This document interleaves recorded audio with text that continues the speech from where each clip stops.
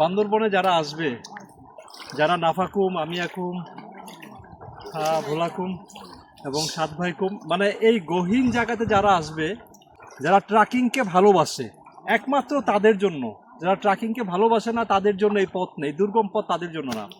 কারণ আপনাকে প্রতিদিন 6 ঘন্টা 7 ঘন্টা এভাবেই এই পানির ভিতর দিয়ে, কখনো কোথাও পানি থাকবে, কোথাও পানি থাকবে না, কোথাও সমতল থাকবে, কোথাও উঁচু নিচু থাকবে, কোথাও জল থাকবে, কোথাও স্থল থাকবে।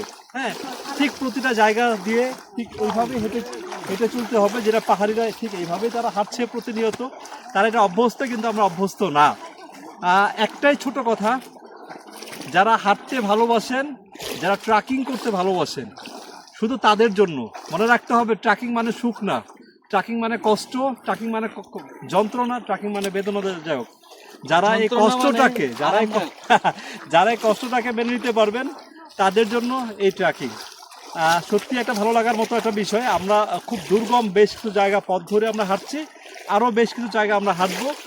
হয়তোবা এখন বাজে আমরা 12:30 পৌনে একটা আমরা ট্রেকিং করা শুরু করেছি, এখন 3:15 বাজে।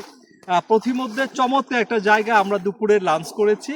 আমরা হয়তো রাত্র 8টা বাজবে, তার মানে আমাকে আরও 5 ঘন্টা ট্রেকিং করতে হবে। সত্যি, বাট আমার কাছে ভালো লাগছে। আমরা যারা রেগুলার বেসিস রান করি, তাদের জন্য সবচেয়ে বড় একটা প্র্যাকটিস, বড় একটা পরিচর্যা, বড় একটা অনুশীলন আমি মনে করব। ধন্যবাদ সবাইকে, সবার সুস্বাস্থ্য সুন্দরীবন কামনা করি। সিরাজুল অপু।